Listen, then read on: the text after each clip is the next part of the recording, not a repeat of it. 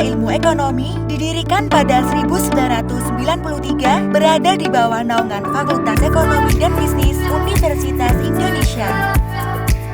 Program studi S3 Ilmu Ekonomi memiliki visi menjadi pusat pembelajaran ilmu ekonomi jenjang doktoral yang bereputasi baik di tingkat nasional dan di Asia, sehingga berkontribusi terhadap pembangunan Indonesia dan masyarakat global. Program yang kami tawarkan adalah program S3 Kuliah dan Riset serta S3 by Research. Tujuannya adalah program S3 Ilmu Ekonomi dapat berkontribusi dalam menghasilkan penelitian ilmiah bidang ekonomi yang berkualitas dengan landasan kerangka teoritis dan metode empiris yang tepat dan terkini dengan mempertimbangkan aspek inter, multi, dan transdisiplin. Untuk mendukung pendidikan ilmu ekonomi yang berkualitas tinggi, kontekstual, dan sejalan dengan perkembangan ilmu ekonomi global, kami melibatkan dosen-dosen berkualifikasi profesor dan doktor yang terbaik di bidangnya. Beberapa klaster penelitian yaitu game teori lanjutan, keseimbangan umum dan pemodelan ekonomi dinamis, ekonomi pembangunan dan analisis kuantitatif, model ekonomi dan metode empiris untuk ekonomi makro, model ekonomi dan metode empiris untuk ekonomi mikro, metode eksperimen dan ekonomi perilaku, dan mikroekonometrika. Alumni kami tersebar hampir di seluruh wilayah di Indonesia, di berbagai kementerian atau lembaga, beberapa pemerintah daerah maupun lembaga internasional. Mengingat hal itu, secara langsung, program studi S3 Ilmu Ekonomi mendukung program pembangunan sumber daya manusia Indonesia yang unggul. Program doktor dari Universitas Indonesia, alhamdulillah ini sangat mendukung pekerjaan yang dilaksanakan, semua aktivitas yang dilaksanakan di Pusikrat BPS. Dalam hal ini kita konsentrasinya adalah lembaga penyelenggara pendidikan dan pelatihan baik dari jalur degree maupun non degree. Jadi kompetensi teman-teman yang alumni doktoral UI di bidang ekonomi ini sangat mensupport pada saat kita merencanakan kegiatan pendidikan dan pelatihan yang berrelasi dengan economical areas. Kurikulum pendidikan akademik pada program S3 wajib mengimplementasikan pembelajaran berbasis riset pada setiap kegiatan pembelajarannya. Pendidikan program S3 Ilmu Ekonomi dapat ditempuh dalam dua jalur, yaitu jalur kuliah dan jalur riset. Program studi S3 Ilmu Ekonomi ditunjang oleh lingkungan yang nyaman serta didukung oleh tenaga pendidik dari kalangan profesor serta doktor yang berkompeten dalam bidang riset baik pada ranah nasional maupun internasional. Program S3 Ilmu Ekonomi mendorong mahasiswa untuk terlibat dalam kegiatan riset ilmiah dan berpartisipasi aktif pada konferensi nasional dan internasional. Dengan tuntutan tersebut, program S3 Ilmu Ekonomi menempa mahasiswanya untuk memiliki skill penulisan ilmiah yang baik, memiliki metodologi penelitian yang kuat, dapat melakukan paparan ilmiah dengan efektif dan efisien, serta dapat menjadi problem solver atas masalah-masalah ekonomi terkini. Tak jarang, mahasiswa yang bersekolah di program S3 Ilmu Ekonomi dapat menghasilkan output penelitian pada jurnal reputasi internasional. Menjadi mahasiswa program Dr. PPIP merupakan kebanggaan akademis yang luar biasa buat saya. Kami banyak dibekali keahlian riset yang tentunya harus sejalan dengan perkembangan ilmu ekonomi dunia dan tentunya dituntut untuk berkontribusi dalam diseminasi karya ilmiah. Para profesor dan dosen yang kompeten dan berpengalaman membuat tuntutan tersebut menjadi mudah dan kesempatan untuk berdiskusi dengan mereka terbuka luas kapanpun. Pengelola program pun ramah dan tanggap dalam memberikan layanan akademik, sarana dan prasarana perkuliahan juga sangat memadai. Keberadaan rekan-rekan mahasiswa yang kompak, serta atmosfer akademik yang kondusif dan kompetitif di lingkungan kampus telah memberikan motivasi dan kenyamanan tersendiri bagi saya, seorang mahasiswa, untuk senantiasa belajar, berdiskusi, berkonsultasi, berkarya lewat penelitian, serta berbagi ilmu pengetahuan dan pengalaman. ITB itu memiliki para pakar-pakar bidang ekonomis tidak hanya di nasional tapi juga di kawasan, sehingga kita bisa dapat informasi, ilmu, pencerahan tidak hanya tentang teori ilmu ekonominya sendiri, tapi juga bagaimana teori itu bertransformasi menjadi sebuah kebijakan dan kendala-kendala dihadapi para pengambil kebijakan ketika menerapkan teori itu dalam tayang di Indonesia. Terima kasih buat teman-teman. Selamat menikmati dan enjoy kuliah di LMUI. Terima kasih. Assalamualaikum.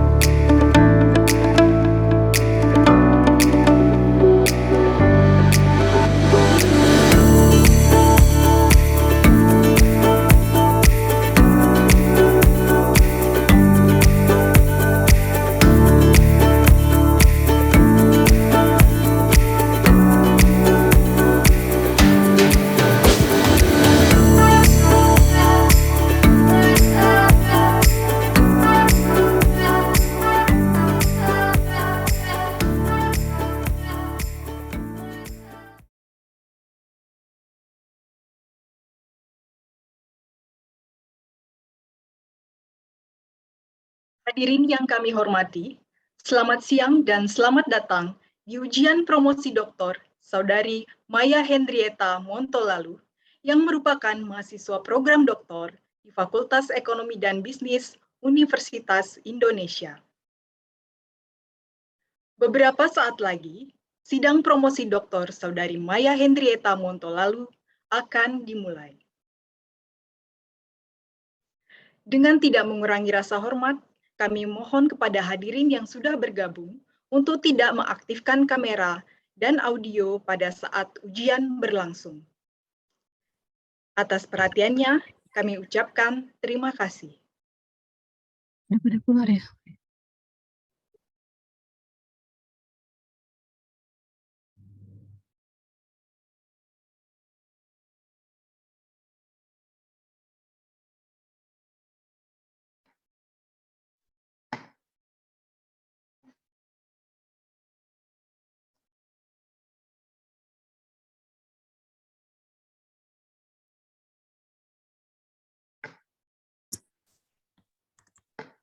Tim penguji promosi Doktor Universitas Indonesia memasuki ruang sidang. Kami persilahkan Bapak dan Ibu penguji sidang promosi doktor untuk dapat mengaktifkan kamera dan audionya.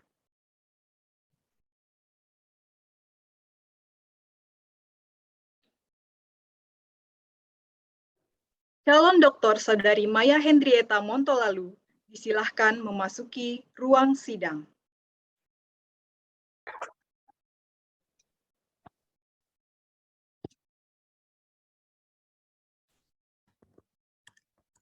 Sekali lagi kami mohon dengan hormat untuk Bapak dan Ibu tamu undangan untuk tidak mengaktifkan kamera dan audionya karena ujian akan segera kami mulai. Ujian untuk memperoleh gelar Doktor Ilmu Ekonomi pada program Pascasarjana Ilmu Ekonomi Fakultas Ekonomi dan Bisnis Universitas Indonesia dimulai. Kami silahkan Ketua Sidang Bapak Profesor Nahrawi Jal Nahrawi untuk membuka sidang ini. Assalamualaikum warahmatullahi wabarakatuh. Selamat pagi, salam sejahtera dan salam sehat buat kita semuanya. Hadirin undangan yang kami hormati, pada hari ini Selasa 26 Juli 2022, sidang terbuka promosi doktor Universitas Indonesia saya buka.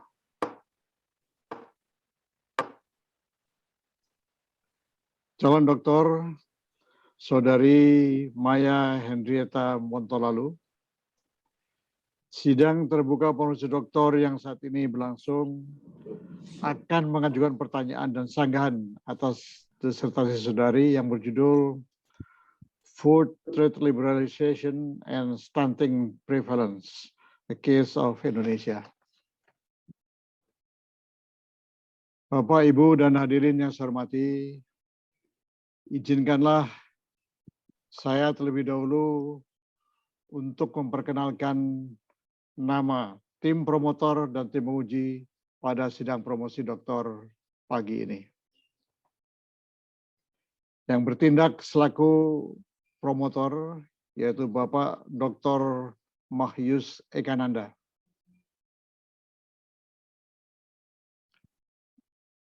Co-promotor pertama, Bapak Teguh Dartanto, PhD. Co-promotor kedua, Ibu Diah Widiawati, PhD.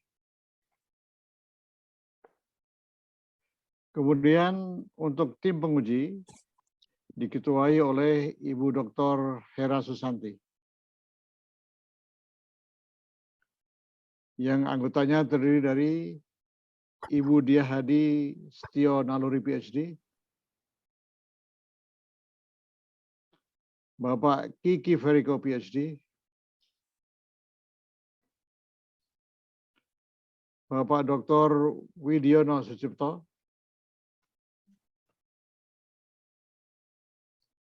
dan Bapak Wahyu Prastiawan, PhD.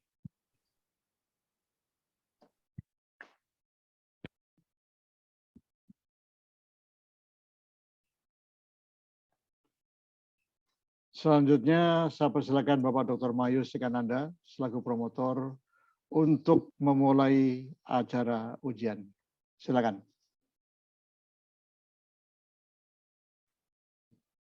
Calon Doktor Saudari Maya Henrietta Montolalu, saya persilakan Anda untuk membacakan secara singkat ringkasan atau intisari dari disertasi saudari dalam waktu 15 menit. Silakan. Terima kasih Pak Mahyus atas kesempatan yang diberikan. Izinkan saya share screen.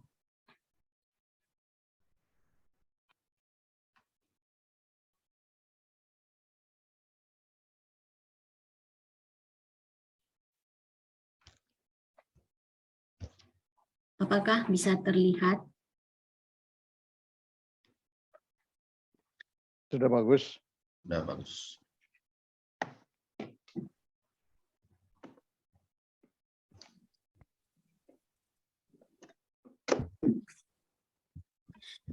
Assalamualaikum warahmatullahi wabarakatuh. Waalaikumsalam. Waalaikumsalam. Salam sejahtera bagi kita semua. Pada hari ini saya, Maya Montolalu, akan mempresentasikan disertasi saya yang berjudul Food Trade Liberalization and Stunting Prevalence, A Case of Indonesia. Child stunting adalah salah satu bentuk malnutrisi. Child malnutrisi ini menjadi isu yang di-concern around the world. Jadi, child malnutrition ini menjadi salah satu goals dari Global Nutrition 2030 dan menjadi key indikator dari SDG. Sekitar 151 million children under age of 5 suffer for stunting. Mengapa child stunting ini penting? Karena mereka adalah future image daripada suatu negara.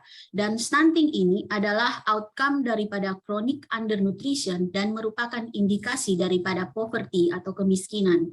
Stunting pada young age ini bisa berakibat pada child cognitive development yang berkurang dan juga school performance yang berkurang, sehingga in the long run berpengaruh pada pendapatan atau earnings. Berdasarkan penelitian yang ada pada tahun 2016 ditemukan bahwa stunting prevalence bisa menggerus GDP daripada suatu negara. Di Indonesia bisa mencapai 0,04 sampai 0,16% of total GDP. Stunting ini merupakan suatu isu yang multidimensional.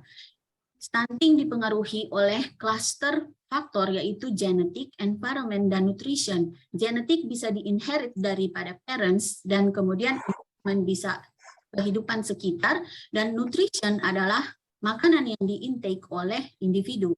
Sehingga nutrition intake ini di-influence oleh food affordability dan food availability, sehingga bisa meng-affect people dalam meng-accessibility untuk nutritious food.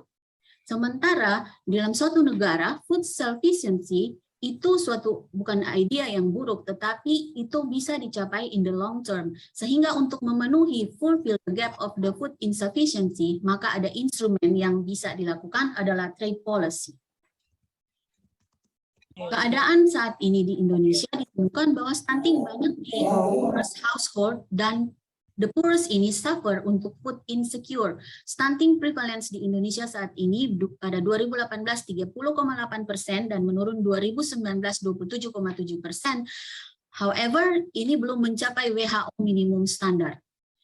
Food security adalah pilar daripada food availability dan accessibility adalah food security dan sehingga menjadi play role dalam human health dan malnutrisi. Mengapa menjadi penting? Karena ketika pertumbuhan penduduk bertambah banyak, apakah food production itu bisa keep with the pace of population growth? Sehingga food self-sufficiency is not possible in long term, sehingga countries need to engage in international trade. Indonesia rank position saat ini 59 untuk Global Food Security Index dan urutan 5 di Asia Tenggara dan 13 di Asia Pasifik. Trade policy bisa menjadi link atau menjabatani daripada kekurangan makanan ini atau untuk melink antara consumption dan production. Kondisi di Indonesia bahwa pemerintah mengeluarkan program Stranas yang mencapai 100 distrik pada 2018 dan government determined to reach 514 distrik pada tahun 2023 dengan target 14% pada 2024, which mean that we have to reduce 3% each year to reach the target. Sedangkan menurut Wars 2011 bahwa keadaan di Indonesia bahwa orang miskin itu spend about 80% of their income to solely on food dan 38% of Indonesia tidak bisa mengafford food. Sementara based on tarif regulation di Indonesia, mereka men-tightening policy of import untuk certain products. Yang menjadi masalah di sini adalah isu trade policy ini adalah suatu isu pada level nasional, kebijakan pada level nasional, sehingga bagaimana kita menghubungkannya dengan stunting prevalence yang berada pada regional problem. Dan ini menjadi suatu challenge bagi studi ini, bagaimana kita menghubungkan national policy dengan regional problem, dalam hal ini stunting prevalence. Dan trade liberalisasi ini adalah bisa mempengaruhi ke stunting prevalence melalui certain channel karena berdasarkan teori yang ada bahwa trade liberalisasi bisa berpengaruh kepada berbagai economic performance itu melewati groups of institutions sehingga di-allege bahwa trade liberalization bisa berpengaruh ke stunting prevalence itu lewat food security. Mempertimbangkan Indonesian context yang very clear in diversity dan heterogeneity daripada penduduk Indonesia baik culture, geography, natural resources, dan environment sehingga untuk mengevaluasi national level ini dalam level nasional it is too general sehingga kita perlu mempertimbangkan dari aspek regional assessment. Research ini diharapkan bisa memberikan kontribusi dalam bagaimana kita mendevelop linkage dari stunting prevalence dan trade liberalization ini via food security channel dan bagaimana mentranslate national policy effect ini yang bisa berimplementasi kepada outcome dari regional level. Sementara penelitian yang ada bahwa trade policy dan agricultural system factor itu masih jarang dipertimbangkan dalam penelitian stunting di Indonesia. Dan dalam penelitian ini kita trying to offer dari determinant from economic perspective. Dan juga kami mencoba untuk men-generate tarif nasional ini ke tarif distrik. Sehingga berdasarkan problem itu, kami mencoba mengembangkan framework yang bisa menjawab research problem.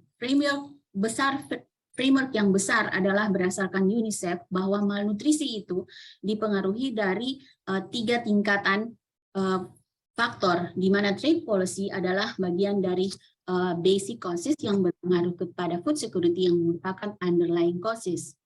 Berdasarkan hal itu, kami mencoba memasukkan stunting prevalence di dalam mekanisme hubungan tersebut, di mana stunting prevalence tadi sudah disebutkan merupakan isu multidimensi, yaitu dipengaruhi oleh beberapa non-food factors, yaitu socio-economics, environment, dan parental genetic. Sementara food security itu bisa menjadi bagian daripada food factors, di mana food security ada 4 pilar, availability, accessibility, utilization, and stability, yang bisa dituangkan menjadi nutrition food intake, yang bisa berpengaruh kepada stunting prevalence. Dari link mechanism ini, kami mencoba propose dengan macro driver, yaitu food trade liberalization yang kami split menjadi tarif agriculture and tarif food manufacture. Di samping itu ada other factors yang bisa juga berpengaruh. Sehingga dari link mekanisme yang tadi kami tarik untuk menjadi determinan daripada stunting untuk studi ini, yaitu link mekanismenya yaitu food trade liberalization berpengaruh kepada food security. Ketika hubungan ini established, kita bisa melihat bagaimana hubungannya ke stunting prevalence. Konseptual metodnya bahwa food trade liberalisasi itu dengan adanya food trade liberalisasi bisa berpengaruh kepada trade volume, income, sehingga semua ini menjadi bagian daripada pilar daripada food security yang bisa mempengaruhi nutrition intake yang secara langsung berpengaruh kepada stunting prevalence, di mana other factors seperti socio-economic etc. itu berpengaruh terhadap stunting prevalence. Dari satu sistem ini ada satu yang berpengaruh yaitu government policy. Sehingga berdasarkan paparan tadi maka kami tiba pada suatu research question. The big question adalah how does trade liberalization affect child stunting in Indonesia? From the big question, we developed two questions untuk menjawab permasalahan yang ada. The first, is there any relation between trade liberalization and food security in Indonesia? Ketika ini di-establish, then we can continue to, is trade liberalization effect to stunting prevalence through food security intake across district in Indonesia. Dan di bawah ini adalah bagan yang atau framework yang dikembangkan untuk menjawab dua pertanyaan tersebut. Ini adalah model spesifikasi yang kami kembangkan. Data source yang kami gunakan adalah Riskesdas, kemudian dari BPS for Susunan, kemudian WITS UN Comtrade, dan Databox UI Data Lab, dan Indodapur. Empirical strategy, karena tarif itu ada pada national level, maka kami mencoba mengenerate menjadi district level dengan memfollowing metode yang dikembangkan oleh Kiskatos and Sparrow yang melihat hubungan daripada trade liberalisasi dengan child labor ataupun female labor. Sehingga di-weigh dengan GRDP per district, sehingga kami oleh tarif exposure pada level district. Sectoral tariff that we use adalah yang only related to food security, so we isolate the other tarif selain food security. This study employed panel fixed effect model dan instrument variable model with the reason bahwa yang digunakan di sini adalah outcome dan attempts to capture the variability of the district, dan estimasi ini is recognized appropriate to show the indication relation between trade liberalisasi and stunting prevalence. Ini adalah yang kami gunakan untuk menggenerate tarif nasional ke tarif distrik. Dalam penelitian ini ada beberapa methodological concern, sehingga yang menjadi concern di sini kami mencoba menjawabnya dengan menggunakan subsampel yaitu island regions, main port, rice production, GRDP shares, dan juga kami mencoba untuk menginteract tarif dengan berbagai variabel yang dianggap bisa juga berpengaruh terhadap stunting prevalence dan food security. Sementara multilateral agreement in trade ini tidak di-cover dalam studi ini. Pada essay yang pertama, yaitu trade liberalization and food security, ini ketika kami mapping, berdasarkan data yang ada, kami mapping dan ditemukan bahwa untuk konsumsi untuk energi and itu masih banyak yang berada di bawah level of threshold, di mana kebanyakan di Indonesia Timur itu masih level of threshold itu jadi belum mencapai minimum standar nasional. The findings adalah bahwa tarif protection itu negatively affected food security dan bisa increase in both agriculture and manufacturing tarif yang bisa beresult kepada mendecrease average household nutrition intake. Yang kedua, interestingly, in remote islands seperti Nusa Tenggara, Maluku, dan Papua, agriculture tarif memiliki greater impact than manufacturing tarif. And the reverse is true for more populated and urban islands such as Jawa, Bali, and Sumatra. The other interesting findings bahwa besides Sumatra, Jawa, and Bali, Sulawesi is also found that are agriculture tarif tidak terlalu mempengaruhi kepada nutrition intake. Dan juga bahwa ketika diinteract dengan faktor seperti share income ataupun employment, terlihat bahwa ini bisa meminimize the negative effect daripada tarif raise. Essay yang kedua, ketika kita melihat hubungan stunting prevalence dan trade liberalisasi lewat food security, terlihat bahwa ketika kami mapping juga bahwa ditemukan bahwa berbagai kategori yang ada itu all over di Indonesia itu masih banyak stunting, di mana untuk low stunting itu hanya sebesar 33 distrik dan 90 distrik itu adalah very high, and the other districts fall into medium and high category. So this is implied that stunting prevalence in Indonesia is still need a careful attention. The findings bahwa tarif ini bisa lead to lower food nutrition intake. Lewat jika food intake ini increase, maka stunting prevalence decrease. Kemudian protein juga memiliki higher impact in reducing stunting prevalence, dan protein ini juga terimpact stronger oleh tarif. Dan kemudian efek tarif ini stronger pada distrik dengan high manufacturer share dan low agriculture share. Dengan kami juga mengkonfirm bahwa dengan different control variable, hasilnya masih konsisten. Di samping itu ada health governance, basic health governance yang juga berpengaruh terhadap reduction of stunting. In conclusion, studi kami ini mengkonfirm bahwa stunting prevalence tidak hanya solely di-affect oleh basic health governance, tetapi juga oleh food security, dan bahkan bisa dipengaruhi secara tidak langsung oleh trade policy. Dan kemudian variability daripada distrik ternyata dia memberikan insight terhadap pengaruh daripada tarif ke food security maupun kepada stunting, sehingga we highlight bahwa micro drivers, in this case trade liberalization and food security, is worth to be considered dalam mengcoping child stunting reduction across district. Dan juga di-conclude bahwa food self-sufficiency itu tidak akan berkontradiksi dengan food security apabila instrumen yang digunakan is not a hard protection, particularly on food source. Rekomendasi yang dapat kami berikan bahwa untuk mengatasi stunting problem ini mungkin bisa dilihat bukan hanya dari nutrition intervention, tetapi bisa juga dilihat dari makro perspektif, yaitu kebijakan nasional policy, apakah bisa menjangkau hingga ke regional, dan juga apakah food policy juga itu sudah menjangkau hingga ke masyarakat miskin. Dan government bisa start untuk mentarget each district berdasarkan treatment yang berdasarkan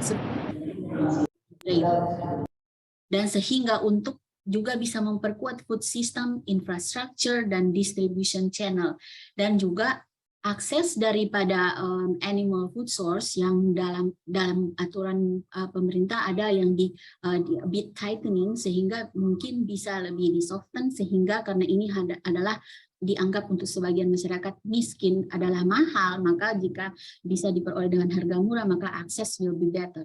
Kemudian bisa dengan mengenhance health service dan health environment yang bisa mencakup remote area daripada di Indonesia. Dan kemudian koordinasi dan evaluation untuk stunting evaluation program baik dari pusat, provinsi maupun sampai ke distrik. Dan sehingga disimpulkan tadi bahwa investasi itu bisa tidak hanya lewat nutrition intervention, tetapi bisa juga dengan research and development di food production ataupun import di program yang bisa mensupport income of the poor.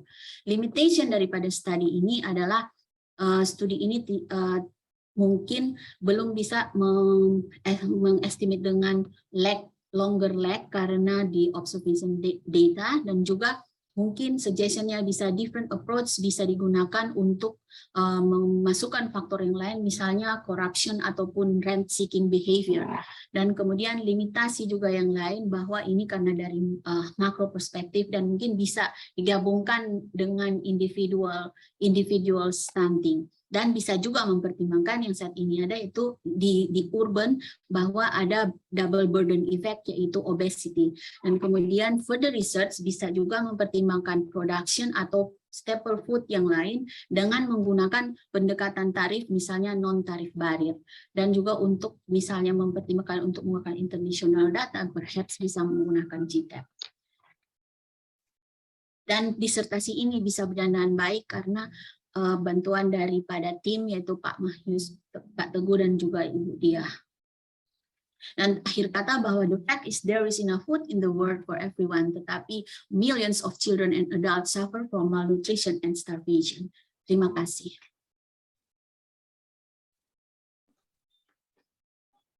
Calon Doktor Saudari Maya Henrietta Montolalu. Acara sidang ini kami lanjutkan dengan pertanyaan atau sanggahan dari para penguji.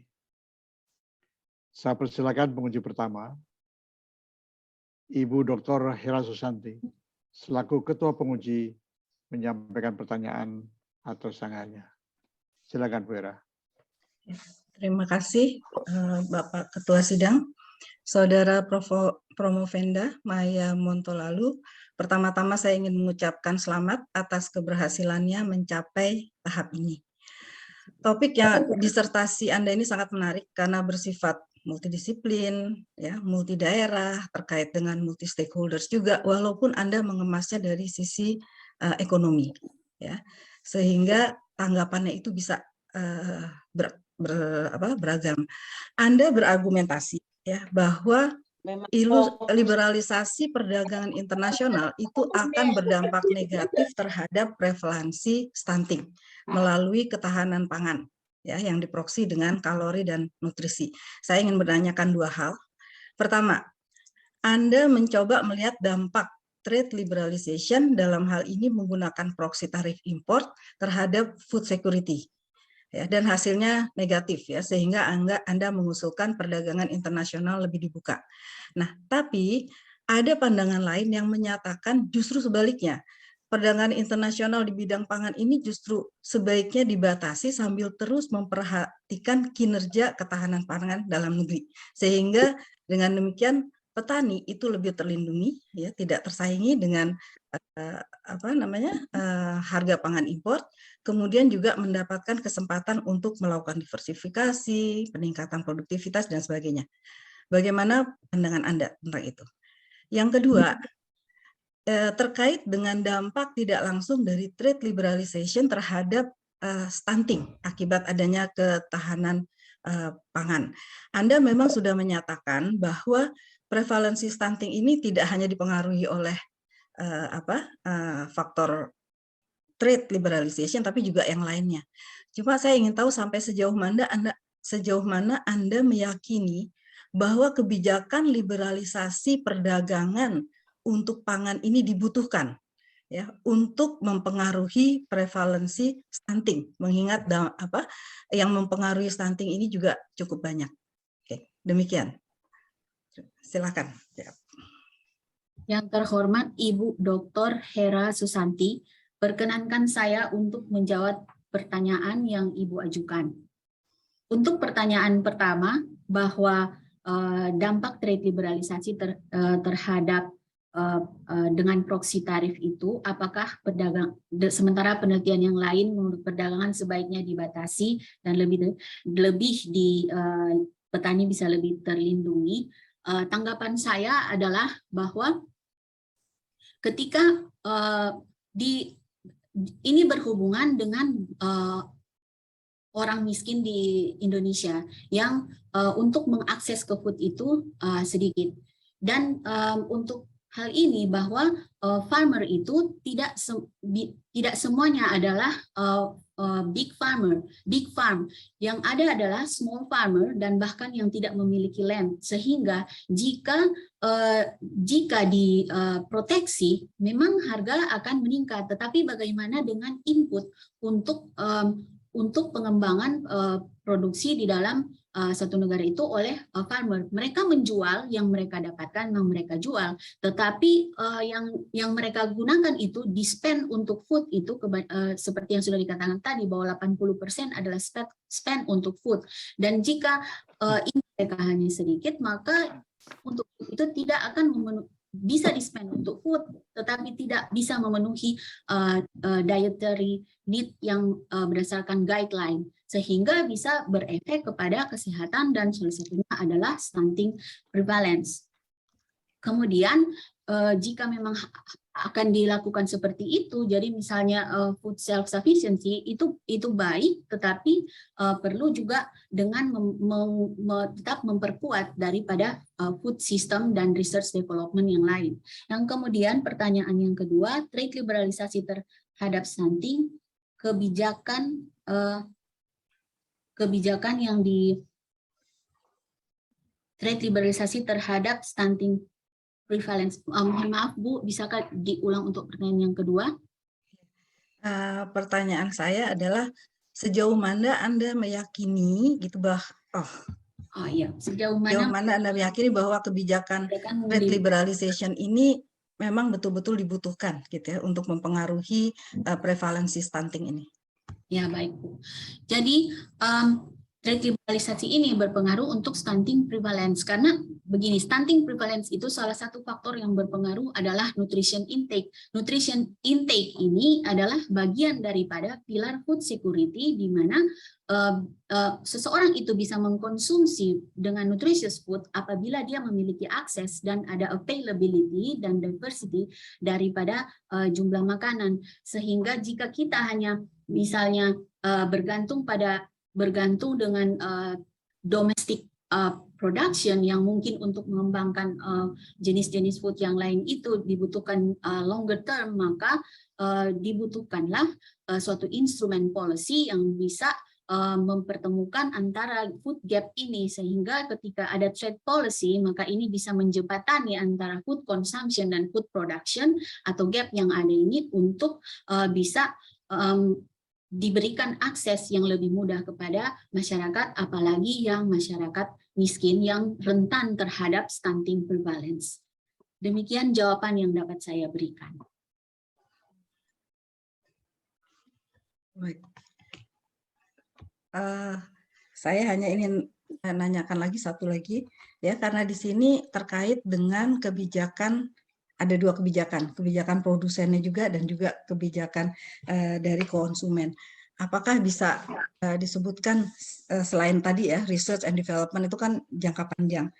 Dalam jangka pendek itu kebijakan seperti apa yang dibutuhkan? Dalam jangka pendek misalnya untuk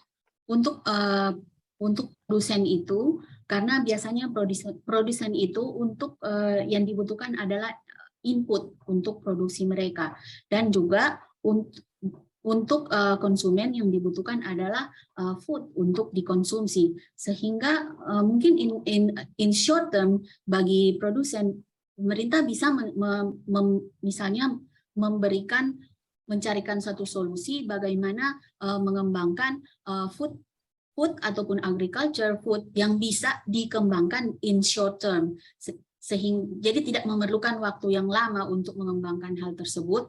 Atau misalnya yang pernah dicontohkan oleh Pak Kiki bahwa untuk wheat itu membutuhkan waktu yang lama, mungkin kita bisa mencari solusi dengan other produk yang mirip kandungan nutrisinya untuk dikembangkan dalam waktu yang pendek. Demikian jawaban saya. Terima kasih. Saya kembalikan ke Ketua Sidang.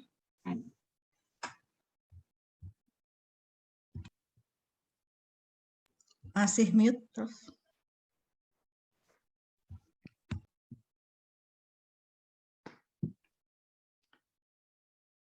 Saya persilakan Ibu Diahadi Setionaluri PhD untuk mengajukan pertanyaan atau sanggahannya.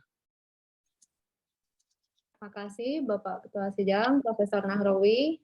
Pertama-tama saya ucapkan selamat Mbak Maya telah sampai pada milestone terakhir di sidang promosi kali ini. Disertasinya merupakan topik yang sangat penting saat ini tentang stunting.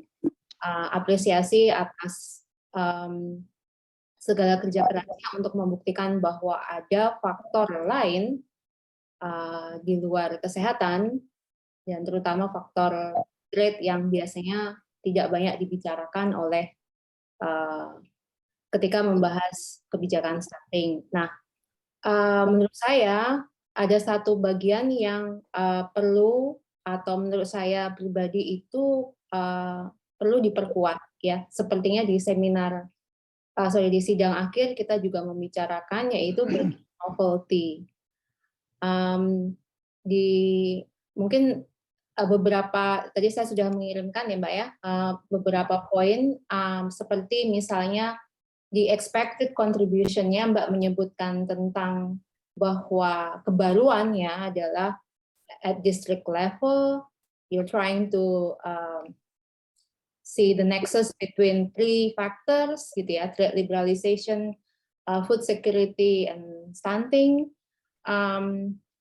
dan berbagai hal gitu ya yang disebutkan, tetapi menurut saya masih minim alasannya, masih perlu digali dibandingkan dengan studi yang sudah ada. Although it is rare, but you have to be able, to show how does your study different compared to those rare studies.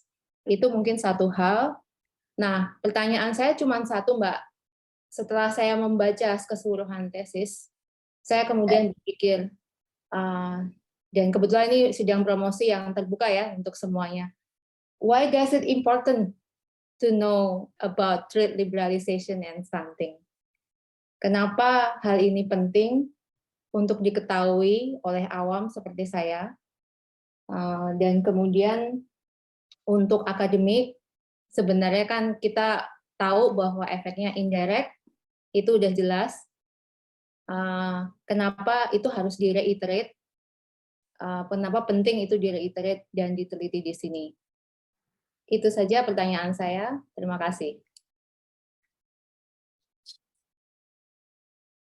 Yang terhormat Ibu Dia Hadi Setio Naluri, PhD, perkenankan saya untuk menjawab pertanyaan yang Ibu ajukan.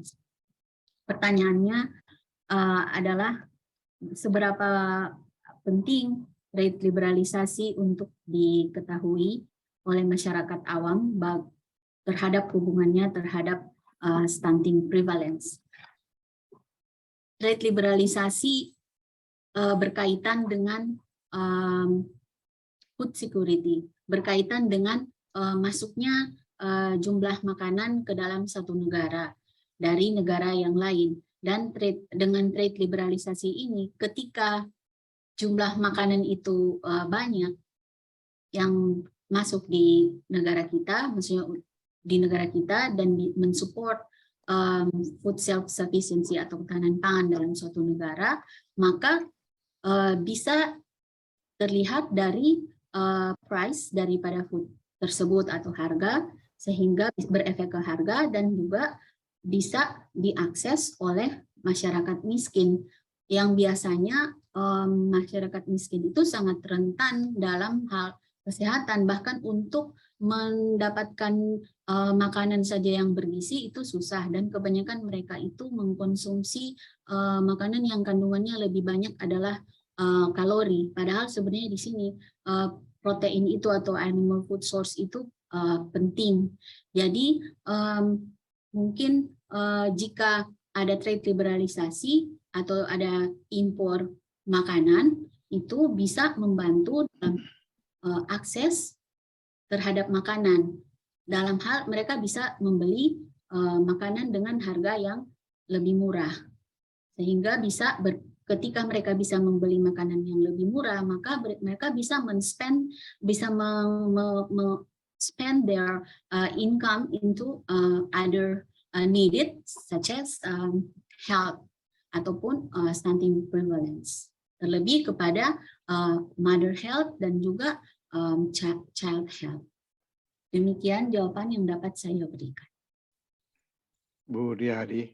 Baik, terima kasih Mbak Maya. Jadi sebenarnya Anda membuktikan long road gitu ya, from trade to stunting. Baik, dari saya cukup. Bapak Ketua Sidang, Prof. Nahrawi, saya kembalikan. Baik, terima kasih.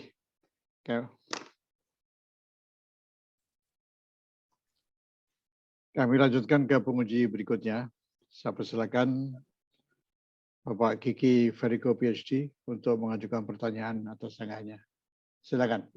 Baik, Assalamualaikum warahmatullahi wabarakatuh. Selamat pagi.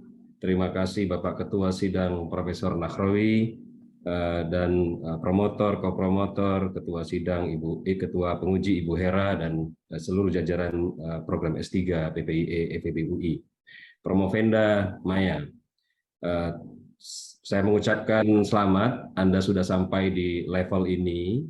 Yang kedua adalah selamat Anda mencoba menghubungkan antara prevalensi stunting, child dan severe child dengan food security concept yang memang ujungnya adalah international supply side. Dan dilihat dari food and agriculture, khususnya untuk liberalization. Ini sebuah topik yang sangat timely karena saat ini dunia sedang menghadapi krisis food. Tapi saya ingin mengingatkan dua hal. Cara melihatnya adalah pertama global perspective, yang kedua country level perspective. Dari global perspective mungkin yang paling dekat terjadi adalah statement dari Food and Agriculture Organization, World Food Program, World Bank, IMF, WTO pada tanggal 15 Juli 2022 di tengah FMCBG pertemuan G20 yang lalu. Pernyataan ini atau joint statement ini menyatakan bahwa dunia saat ini mengusulkan 4 hal. Yang pertama adalah immediate support to vulnerable, yang rawan pangan. Negara-negara yang rawan pangan harus segera dibantu. Saya lompat ke yang keempat, dikatakan bahwa membangun agriculture yang climate sensible. Ya. Nah, yang menarik adalah poin 2 dan poin 3 joint statement dari organisasi-organisasi besar dunia ini terkait dengan disertasi Anda. Nomor 2 statementnya adalah facilitating trade and international support for food, which is itu adalah food security. Dan dari seluruh pengujian yang Anda lakukan, saya menemukan bahwa food security adalah panacea atau obat untuk mengatasi kekurangan supply food, terutama dari intake protein, kalori, dan fat yang Anda teliti. Tapi di poin ketiga pernyataan joint statement itu menunjukkan bahwa food self-sufficiency is a very important as well. Karena disebutkan bahwa boosting production, global boosting production is necessary condition at the moment and maybe in the future. Jadi dalam konteks global kita tahu bahwa food security dan food self-sufficiency tidak dibenturkan. Hanya jika bicara pada level country, maka ini akan terjadi beberapa kontradik. Ya, dalam jangka pendek kita berpikir bahwa food security, tapi dalam jangka panjang ada keinginan untuk menjadikan negara kita atau negara manapun di dunia ini agar self-sufficiency, which is itu adalah sebuah konsep yang long run, sehingga short run dan long run selalu berbenturan. Indonesia, kalau kita lihat dari data, itu adalah negara yang unggul di agriculture dan food. Tapi di Indonesia juga ada pandangan bahwa sebaiknya kita masuknya bukan ke agro-industri, tapi industri yang dekat dengan global value chain, which is itu misalnya elektronik atau otomotif. Misalnya menghasilkan electronic vehicle gitu. Nah, sementara kita punya keterbatasan sumber daya. Di dalam disertasi Anda khusus stunting memang solusinya food security. Tapi in the long run kita ingin juga food self-sufficiency. But at the same time, long run itu menghadapi tantangan bahwa kita harus menghasilkan industri yang nilai tambahnya tinggi, which is itu misalnya elektronik dan otomotif. Jadi banyak hal-hal filosofis di dalam atau terkait dengan disertasi Anda. Bagaimana Anda melihat ini dalam konteks short run, long run, khusus country level Indonesia? Terima kasih.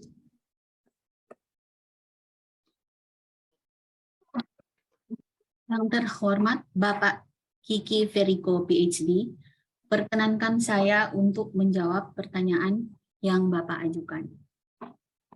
Jadi, antara food self-sufficiency dan food security ini adalah dua konsep yang berbeda, tetapi kebanyakan digunakan intertwin ataupun di contradict one to another, yang sebenarnya kedua konsep ini tidak akan berkontradik jika digunakan instrumen yaitu soft protection. Nah, dihubungkan dengan long run dan short run di Indonesia, bahwa untuk long run, untuk mencapai food self-sufficiency di Indonesia itu topografi dan kemudian culture itu berbeda-beda, diversity across the district. Jadi mungkin bisa untuk mencapai food self-sufficiency in the long run, maka perlu diperkuat sistem-sistem yang ada di dalam suatu negara tersebut. Dan diantaranya misalnya untuk memperkuat sistem agriculture yang ada ataupun land resource yang ada di Indonesia, dan disesuaikan dengan natural endowment yang ada di setiap daerah dan apa yang bisa dikembangkan di daerah tersebut yang bisa memenuhi tujuan daripada food self-sufficiency.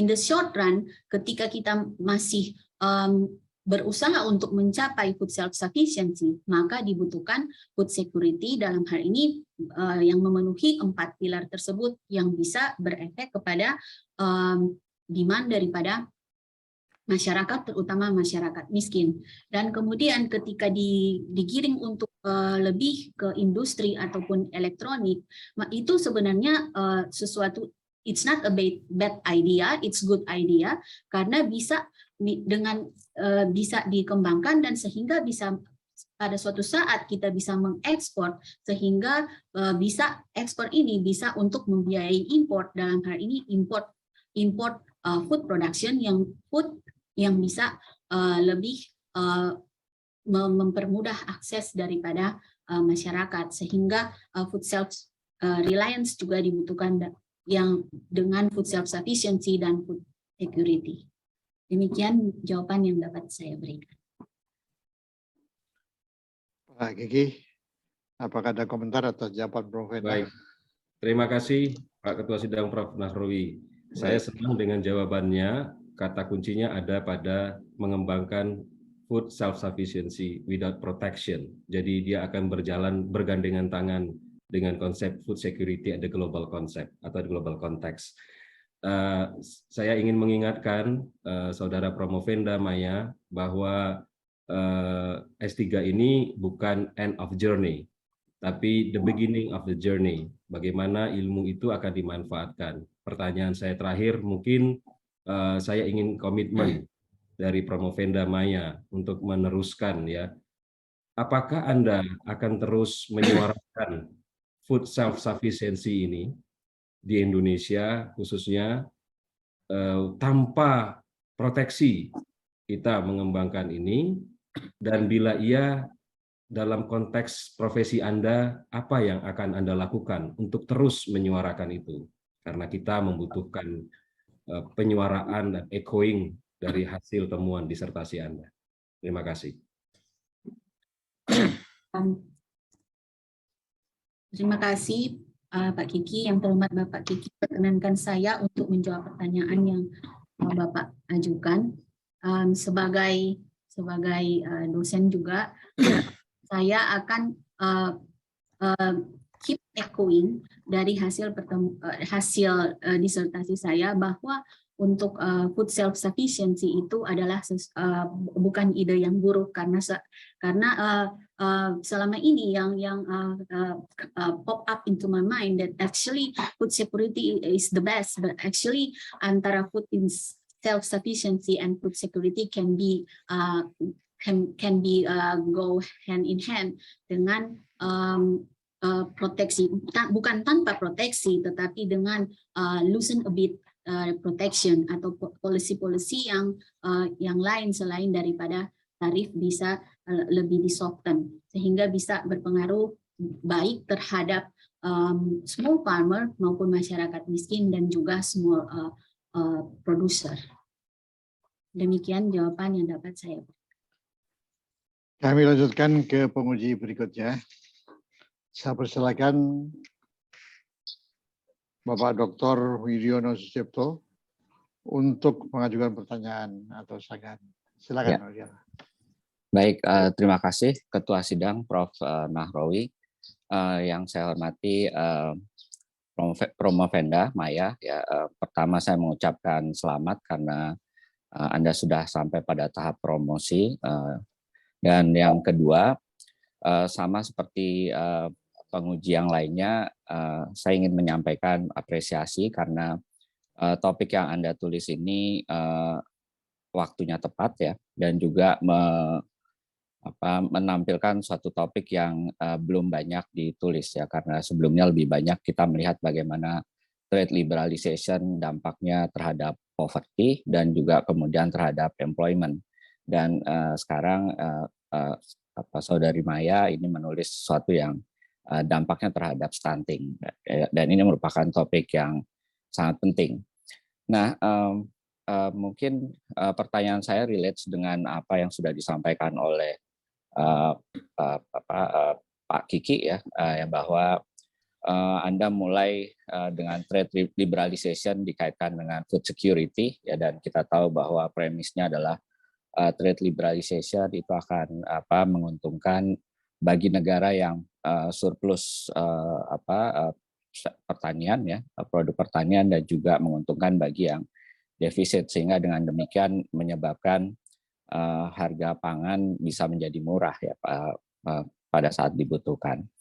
Nah, sesuai dengan apa yang tadi disampaikan oleh Pak Kiki ya, bahwa kondisi saat ini itu kalau kita lihat apa yang disampaikan oleh trade liberalization tadi itu pada kondisi normal ya, di mana tidak ada sesuatu yang berkaitan dengan supply internasional seperti yang terjadi pada saat ini, di mana kita expect bahwa pangan itu setiap negara itu akan menerapkan proteksi, dan kita akan mengharapkan bahwa harga pangan itu akan menjadi mahal ya, sehingga dengan demikian sekali lagi food security itu akan terancam ya, karena affordability dan accessibility juga akan terganggu ya. Nah, oleh sebab itu tadi Pak Kiki sudah menyampaikan bahwa tidak hanya food security saja yang penting, tetapi juga food self sufficiency, dan Anda saya senang tadi sudah menyampaikan bahwa tidak ada kontradiksi antara food security dengan food self sufficiency. Nah, yang mungkin pertanyaan lanjutannya itu adalah bagaimana kebijakan ini bisa diterapkan ke level daerah ya, karena studi Anda itu sampai ke level daerah ya. Bagaimana sebetulnya implementasinya sehingga affordability dan juga availability itu bisa terjamin ya bagi penduduk di daerah. Itu yang pertama ya. Mungkin bisa dikaitkan dengan temuan Anda ya, bagaimana karakteristiknya di daerah, karena tadi Anda menyampaikan perbedaan karakteristik juga berpengaruh terhadap hasil yang diperoleh. Dan yang kedua, dengan adanya keterbatasan supply dunia, dan kita berharap bahwa aksesibilitas dan affordability ini akan terganggu. Apakah dengan demikian kita bisa beranggapan atau berpotensi memprediksi bahwa akan terjadi potensi stunting dalam di masa depan? Itu saja pertanyaan saya, Saudari Promovenda. Jadi hanya ada dua. Yang pertama terkait dengan bagaimana implementasi di daerah, dan yang kedua yang dikaitkan dengan stunting. Silakan. Yang terhormat Bapak Dr. Widiono Sucipto, perkenankan saya untuk menjawab pertanyaan yang Bapak ajukan. Yang pertama, bagaimana kebijakan daripada trade liberalisasi ini sampai ke level daerah, implementasinya sampai ke food security. Seperti berdasarkan temuan yang diperoleh bahwa memang variabilitas daripada tiap-tiap daerah atau tiap region itu turut memberikan kontribusi terhadap level of akses ataupun efek daripada tarif itu sendiri kepada per distrik atau per region. Dan implementasinya adalah misalnya ada region yang memiliki main port, sementara ada region yang di remote area daripada Indonesia itu tidak memiliki main port. Dan efeknya itu ketika memiliki main port, efeknya itu lebih low dan lebih strong pada daerah yang tidak memiliki main port. Di sini mungkin pemerintah bisa membantu misalnya dengan membangun infrastruktur yang sehingga distribution channel-nya itu bisa lebih pendek dan sehingga bisa berpengaruh kepada harga. Kemudian untuk pengembangan research and development dalam food product ataupun agriculture bisa dilihat speciality daripada masing-masing region, dan iklim ataupun topografi yang cocok dengan itu adalah what kind of food yang bisa dikembangkan untuk self-sufficiency ke depannya. Dan kemudian juga untuk akses daripada food ini sendiri bagi masyarakat yang rentan terhadap stunting mungkin bisa diperkuat dengan per daerah itu bisa diperkuat dengan memberikan education, bahkan juga mensupport dengan salah satu misalnya income program ataupun dengan memperkuat safety net program untuk yang poor people in remote district area, bahkan di semua distrik. Yang kedua, apakah kekurangan itu kurang, apakah akan mempengaruhi ke stunting? Stunting itu stunting itu kan multidimensi, jadi ada environment juga yang berpengaruh selain hanya daripada nutrition, dan juga ya ada 0,10% berpengaruh dari parents itu sendiri. Tetapi nutrition ini yang menjadi asupan makanan yang adalah basic health yang penting untuk tumbuh kembang daripada anak, sehingga jika orang household di situ sulit untuk memperoleh makanan, ketika supply itu kurang dalam satu negara, maka efek terhadap seluruh distrik yang ada dan kemudian ke level household bahkan ke individu untuk mengakses makanan yang bergizi, bukan hanya makanan yang lebih banyak makanan murah seperti mie atau apapun itu yang bisa mencukupkan their stomach, tetapi sebenarnya tidak memenuhi nutrition intake berdasarkan guideline, sehingga bisa berefek kepada stunting karena chronic nutrition karena kekurangan makanan. Demikian jawaban yang dapat saya berikan. Ya, Pak Wid, ya, ada komentar atas saya kira cukup, Prof. Baik, terima kasih. Ya. Kami lanjutkan ke penguji berikutnya, yaitu Bapak Wahyu Prasetyawan PhD untuk mengajukan pertanyaan atau silakan. Terima kasih Ketua Penguji Prof. Nahrawi. Terima kasih juga pada penguji sebelumnya yang sudah menanyakan beberapa hal yang penting sehingga tugas saya jadi semakin ringan. Rekan-rekan penguji, terima kasih juga pada promotor, dan yang paling penting saya ucapkan selamat pada, saya panggil Mbak Maya yang sudah bisa ujian hari ini. Semoga lancar ujiannya. Tentunya perjalanannya sudah cukup panjang ya untuk bisa ujian di sini. Saya hanya ingin menambahkan beberapa hal yang sudah ditanyakan oleh beberapa penguji sebelumnya. Tadi sudah ditanyakan oleh terakhir Pak Widiono, kemudian juga tadi sudah awal-awal Ibu Hera, Ibu Diah, dan Pak Kiki. Saya ingin menambal yang belum ditanyakan saja lah, jadi ringan tugasnya. Alhamdulillah. Terkait dengan variability antar daerah, saya senang ya sudah ada analisisnya, dan natural endowment sudah dicoba dibahas ya, faktor-faktor yang lainnya. Tapi ada dua hal yang menurut saya mungkin harus diadres juga, dan saya ingin tahu reaksi dari Mbak Maya terhadap pertanyaan saya ini ya. Yang pertama kan studinya Amartya Sen itu melihat bukan food security sebetulnya, tapi lebih famine, kelaparan itu dengan demokrasi. Di masyarakat yang lebih demokrasi itu biasanya lebih cepat responnya. Itu studinya sudah cukup banyak ya. Pertama kali diinisiasi oleh Amartya Sen di India. Yang kedua itu yang terkait dengan desentralisasi adalah, maksud saya gini, trade liberalisasi itu hanya bisa jalan kalau negaranya demokratis, gitu ya. Di negara-negara demokratis lebih terbuka, demokrasi, jadi trade liberalisasi itu saya tidak akan tanyakan itu. Tapi yang lebih penting adalah turunan dari demokrasi itu, yaitu di Indonesia dalam bentuk desentralisasi. Kiskatos dan segala macam sebenarnya dalam konteks desentralisasi saya rasa. Nah, yang belum dibahas adalah kelihatannya ya mungkin lupa ya. Saya juga lupa nanyain di awal-awal adalah kapasiti dari tiap Pemda kan beda-beda. Dan saya percaya itu akan juga memberikan hasil yang berbeda terhadap penurunan angka prevalensi stunting. Nah, ini ya kapasitas mungkin bisa dilihat lah, nanti banyak indikatornya, salah satunya mungkin kemampuan untuk generate teks gitu ya di tiap daerah kan beda-beda.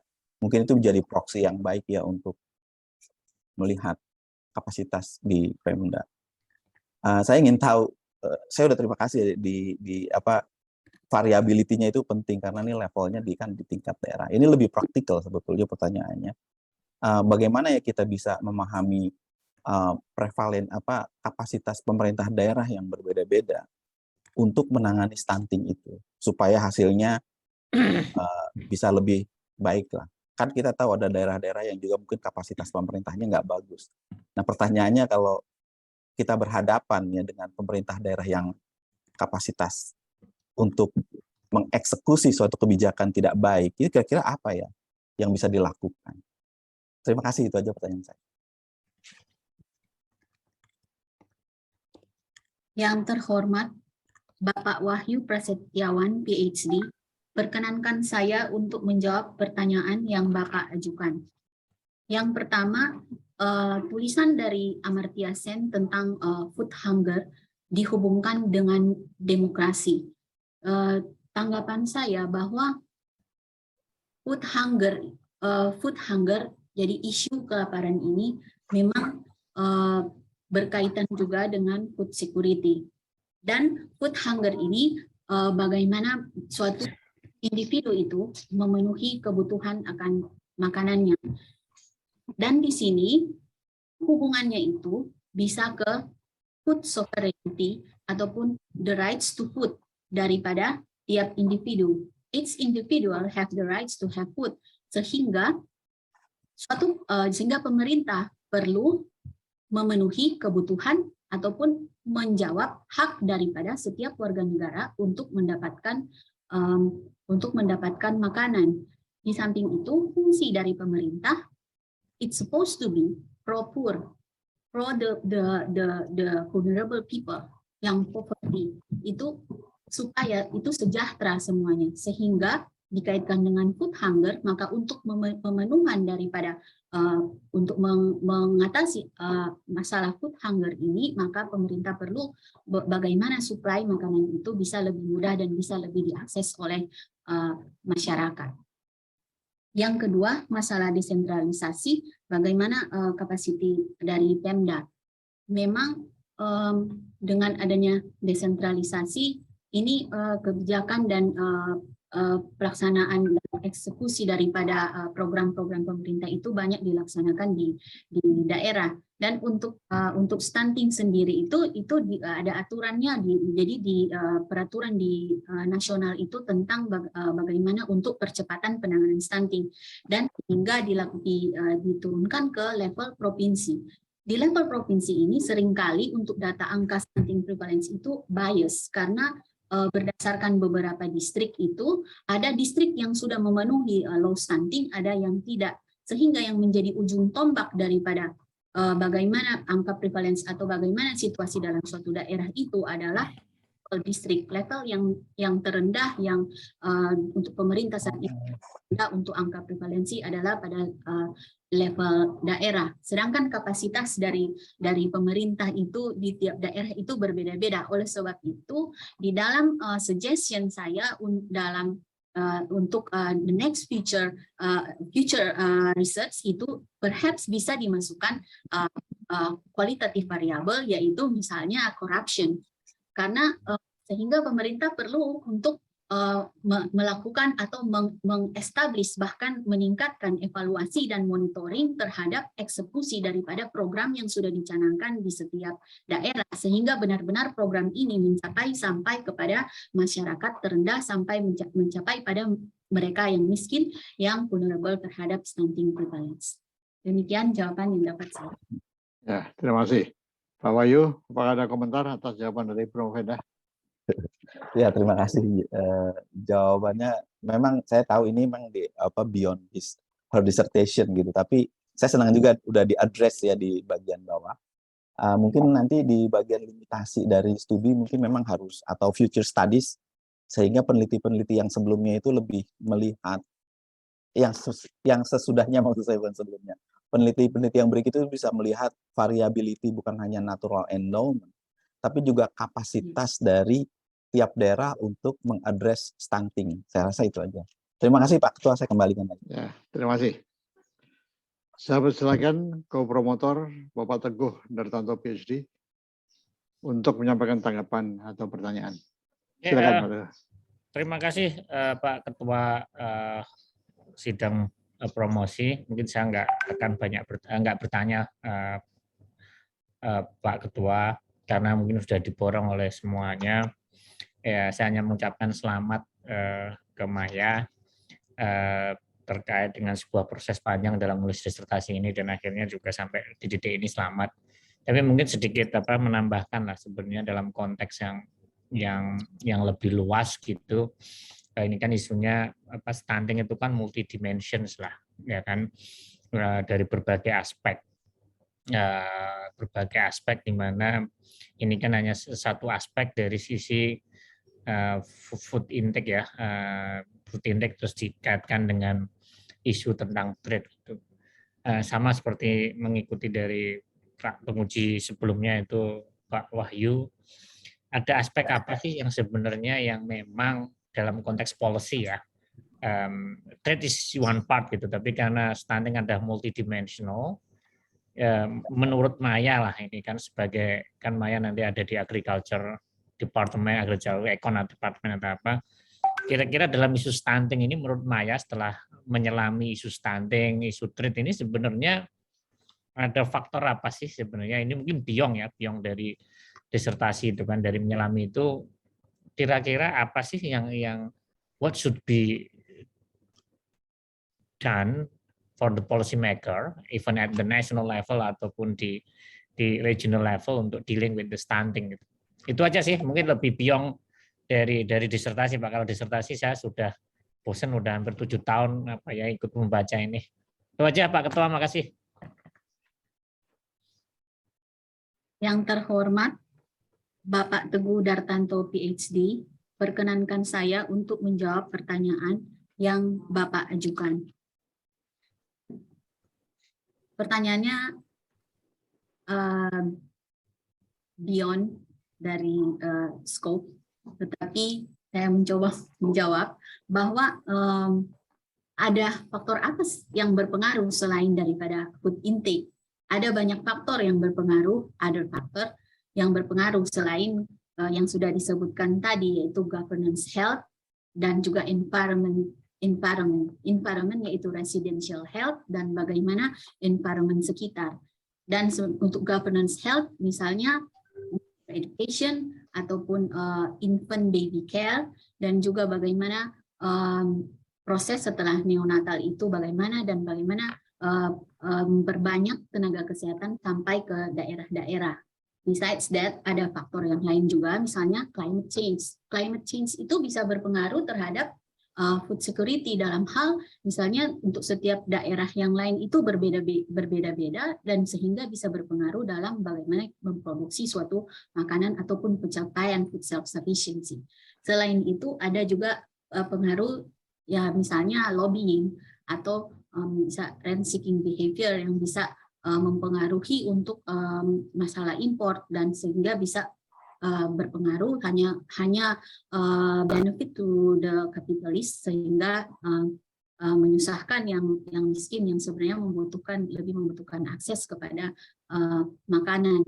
Dan juga seperti yang sudah disebutkan oleh Pak Wahyu juga ada faktor yang lain misalnya kapasitas daripada pemerintah daerah dan juga misalnya mental corruption probably, dan ada beberapa faktor lain yang juga beyond of the observation yang bisa berpengaruh terhadap saya.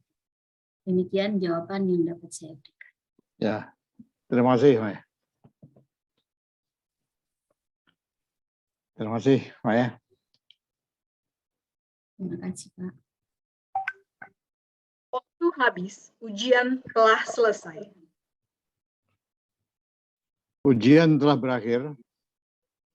Izinkanlah kami mengadakan sidang tertutup untuk melakukan penilaian dan sidang Kamis Kos untuk beberapa saat.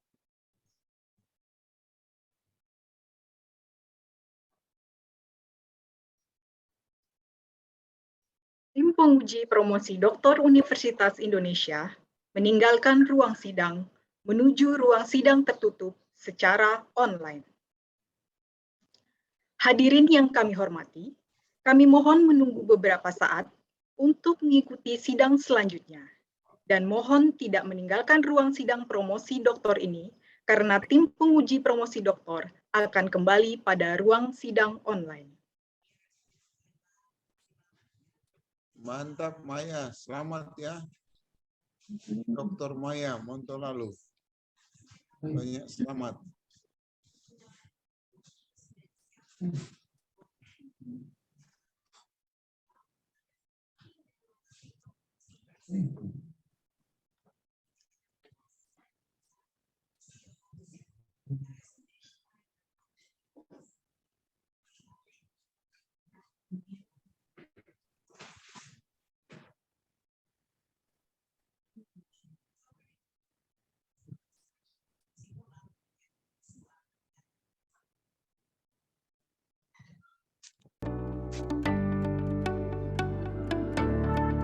Program studi S3 Ilmu Ekonomi didirikan pada 1993 berada di bawah naungan Fakultas Ekonomi dan Bisnis Universitas Indonesia.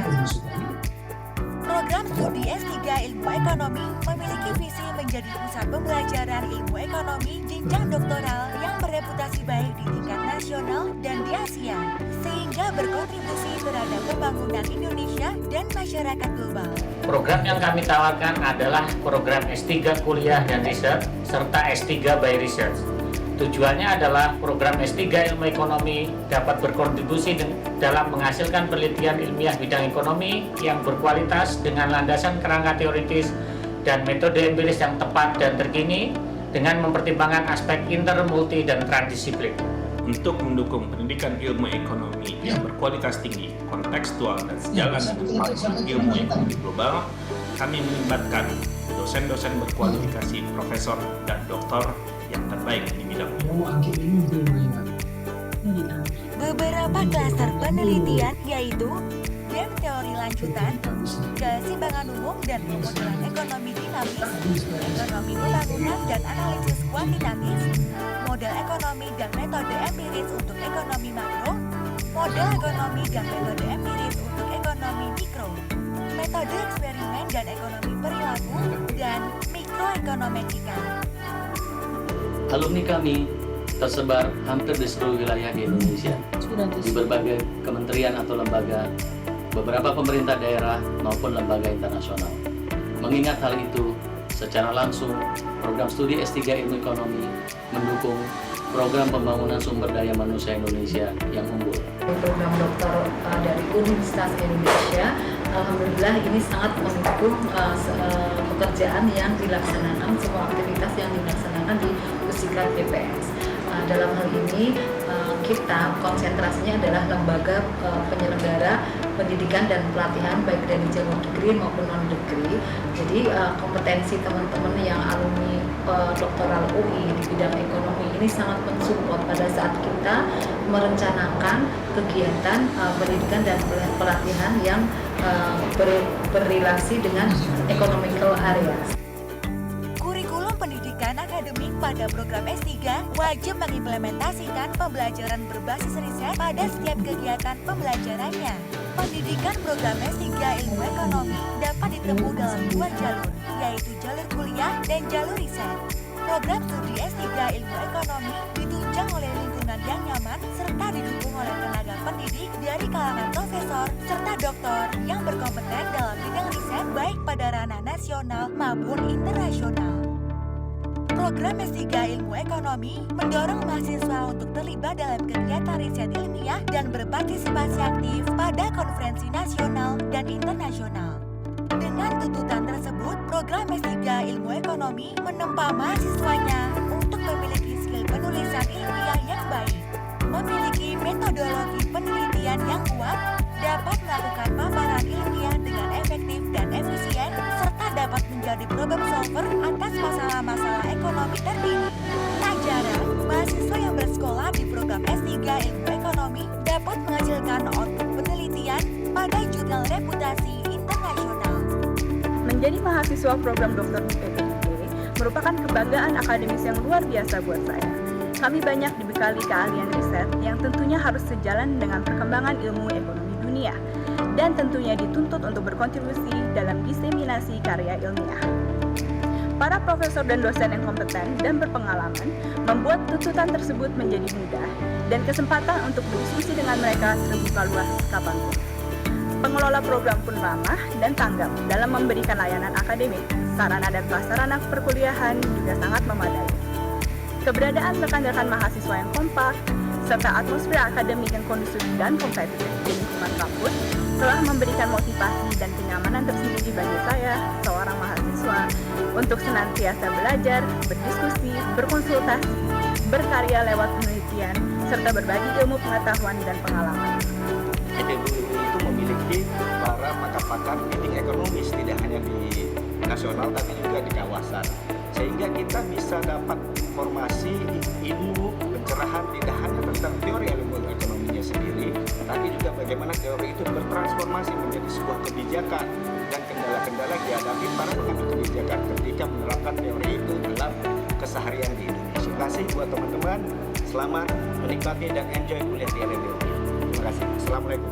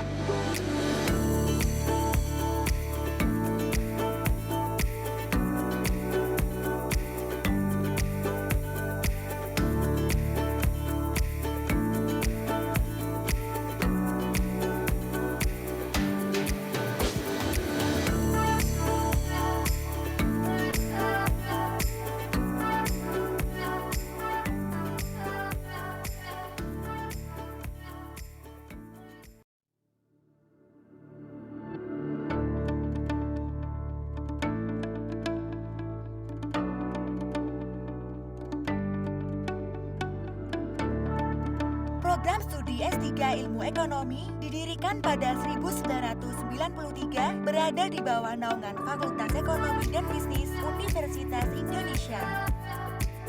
Program studi S3 Ilmu Ekonomi memiliki visi menjadi pusat pembelajaran ilmu ekonomi jenjang doktoral yang bereputasi baik di tingkat nasional dan di Asia, sehingga berkontribusi terhadap pembangunan Indonesia dan masyarakat global. Program yang kami tawarkan adalah program S3 Kuliah dan Riset serta S3 by Research. Tujuannya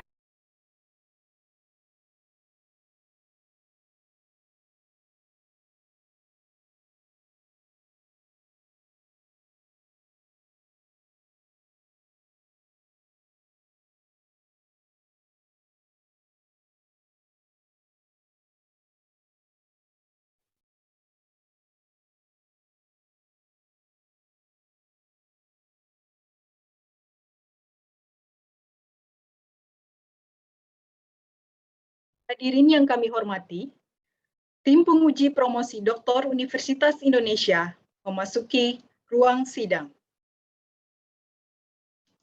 Calon doktor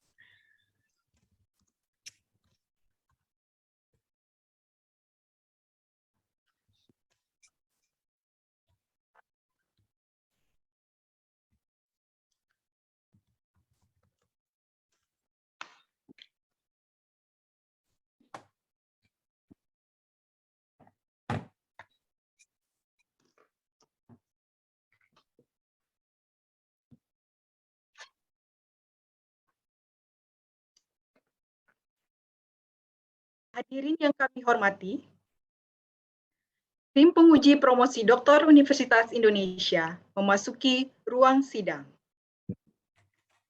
Calon Doktor Saudari Maya Hendrieta Montolalu dipersilahkan masuk ke ruang sidang dan harap mengaktifkan kamera serta audio.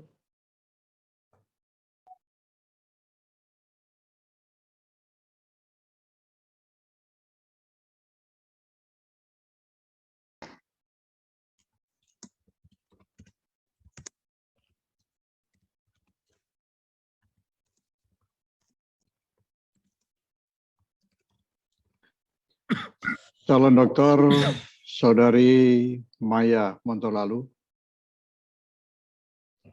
kami telah mempelajari disertasi yang saudari ajukan.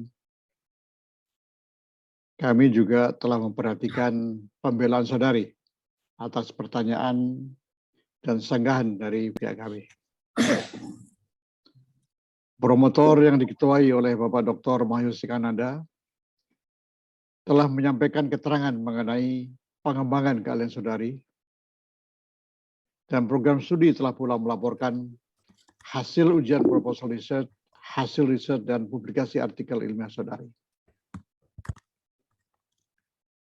Berdasarkan semua itu, tim penguji memutuskan untuk mengangkat saudari Maya Montolalu menjadi doktor dalam program studi ilmu ekonomi dengan judisium sangat memuaskan. Kami ucapkan selamat kepada Dr. Maya atas gelar yang saudari peroleh. Selamat ya. Terima kasih, Pak. Selanjutnya saya persilakan Bapak Dr. Mahyus Kanada untuk menyampaikan sambutannya. Silakan. Baik. Terima kasih kepada Ketua Sidang, Profesor Nahrawi PhD, atas kesempatan yang diberikan kepada saya. Assalamualaikum warahmatullahi wabarakatuh. Salam sejahtera dan salam kebajikan bagi kita semua. Pertama-tama saya ucapkan terima kasih yang sebesar-besarnya kepada tim promotor dan juga tim penguji yang selama ini kita bahu-membahu untuk menyempurnakan hasil karya ilmiah dari Dr. Maya. Berikutnya adalah saya juga sebagai wakil dari tim promotor dan juga penguji untuk memberikan rasa bahagia kami, ucapan selamat kepada keluarga besar dari Dr. Maya atas pencapaian yang telah diperoleh oleh Dr. Maya. Apakah Ibunda datang hari ini? Selamat kepada Ibu dan juga kepada Bapak. Jadi atas pencapaian dari Dr. Maya. Jadi semoga semua apa yang sudah didapatkan belajar di Universitas Indonesia memberikan berkah dan juga pelajaran yang berharga bagi keluarga. Saya perkenalkan secara sederhana apa yang menjadi latar belakang dari Dr. Maya. Kalau tidak kenal maka tidak sayang, gitu ya. Jadi rupanya Dr. Maya ini mengirimkan kepada saya suatu uraian kehidupan dia. Dia memberikan suatu judul Kisah Seorang Pendekar dari Universitas Samratulangi, berguru di Universitas Indonesia, antara Manado dan Depok. Waduh, ini jadi kelihatannya ada sesuatu yang berkesan bagi Dr. Maya. Di dalam sepenggal kehidupannya ada suatu cerita antara Manado dan Depok gitu. Jadi rupanya Dr. Maya ini awalnya bercita-cita sebagai seorang peragawati katanya. Saya tanya, kenapa kok jadi peragawati? Kan saya tinggi, Pak, katanya. Kaki saya bagus katanya. Jadi saya atau dokter spesialis jantung gitu ya. Tapi pengakuannya perjalanan hidupnya bercerita lain. Waktu S1, Dr. Maya belajar di Teknik Pertanian Fakultas Pertanian Unstrad dan memiliki satu anak, ya, tetapi pada perjalanan hidupnya meninggal pada usia sangat muda dan dikebumikan di daerah Bali. Nah, rupanya ada suatu cerita kenapa sampai di Bali pada saat itu. Jadi rupanya perjalanan Dr. Maya ini cukup berliku. Sebelumnya dia tidak memiliki passion untuk bekerja sebagai dosen, dia hanya belajar saja pada saat itu. Dia ingin bekerja di perbankan katanya. Kemudian dia mengambil S2 di University of South Wales, Australia, dengan biaya dari AusAid. Gitu. Kemudian dia coba bekerja, tapi rupanya passionnya menjadi seorang pengajar, bukan di bidang perbankan. Kemudian dia bekerja sebagai seorang pengajar, dapat lagi. Nah, di sini adalah kesempatan yang kedua kali untuk belajar di luar negeri, yaitu di fakulti di University of Birmingham, UK, selama setahun dengan pembiayaan dari Chevening. Kemudian dilanjutkan lagi, dia untuk raihan jenjang yang lebih tinggi lagi ke doktor. Dia kemudian lolos Fulbright kemudian dia sempat kuliah di Economic Faculty of Western Michigan University, US. Jadi rupanya ada di Australia, ada juga di UK, ada juga di US di sini. Tapi ternyata yang terakhir ini tidak dilanjutkan, hanya sampai 1 semester saja. Saya tanya, kenapa? Pak, saya nggak mau kembali lagi ke sana, Pak. Loh, kenapa? Katanya. Terus gimana caranya kamu bisa pas liburan? Saya nggak mau balik lagi, Pak. Jadi rupanya kekangenan sama keluarga lebih besar daripada keinginannya pada saat itu untuk kuliah di US. Jadi karena liburan, tapi dia nggak mau balik lagi, gitu ya. Tapi keinginannya untuk tetap mengajar dan mencapai suatu raihan jenjang tertinggi tidak menyurutkan niat dia. Dr. Maya ini kemudian melanjutkan ke PPI UI, dan kemudian dia merasakan sangat bersyukur dan bangga diterima di PPE FEUI. Kenapa demikian? Katanya di sini sarang menteri, katanya di situ. Menteri-menteri banyak berasal dari jurusan ilmu ekonomi FEBUI dan juga sangat menyeramkan. Nah, saya pengen tahu seseram apa itu di PPE FEUI.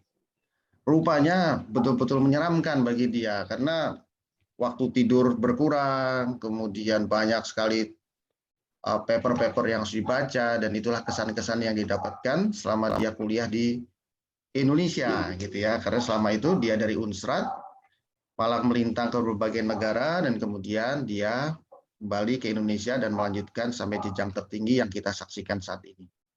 Jadi di akhir cerita bahwa kebahagiaan itu sungguh bisa menjadi selamat bagi suami yang tercinta dan juga kepada keluarga besar semuanya dan juga kepada para pimpinan di Unstrad untuk nanti Dr. Maya bisa kembali di sana dan juga berkiprah.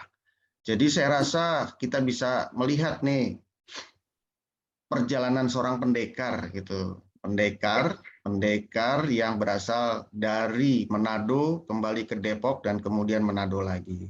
Jadi rupanya kata-kata pendekar ini yang sangat berkesan bagi karena berkelana sana sini, akhirnya dia jatuh atau kembali lagi ke negeri tercinta dan kemudian juga nanti kembali ke universitas tercinta.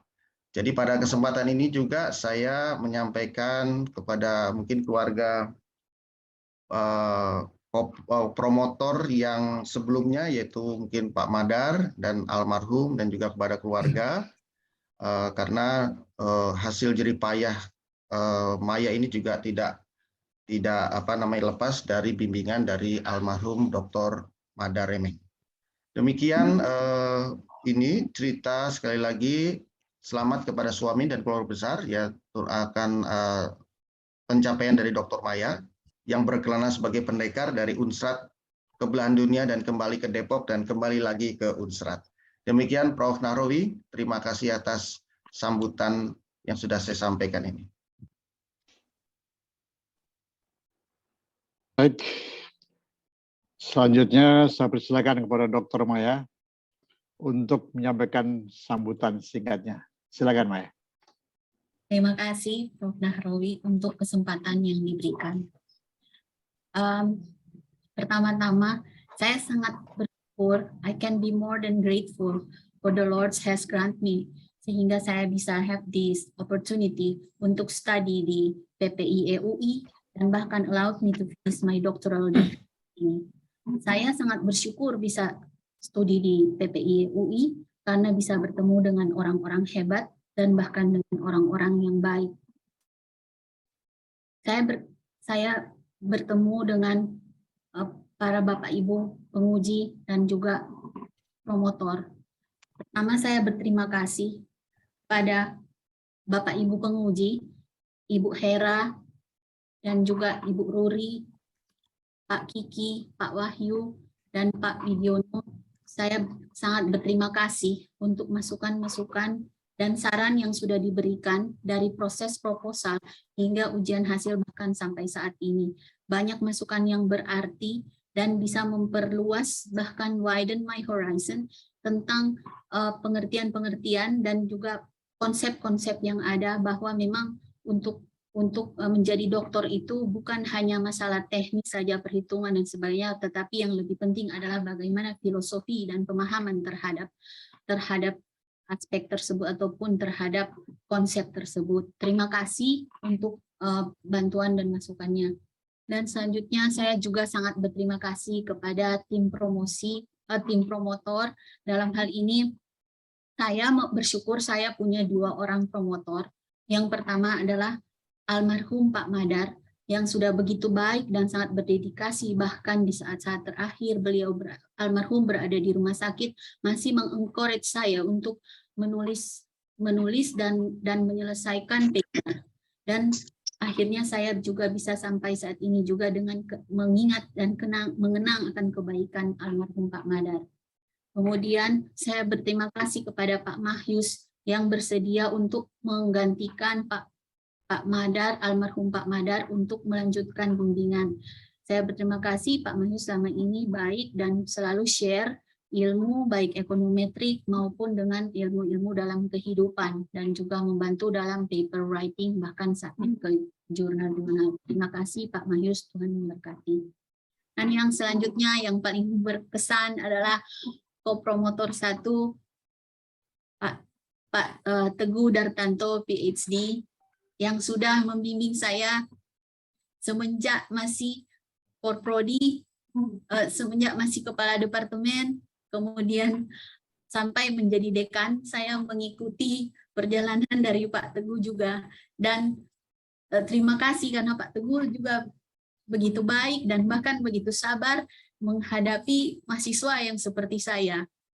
Dan Pak Teguh juga selalu mendorong, bahkan selalu menyediakan waktu.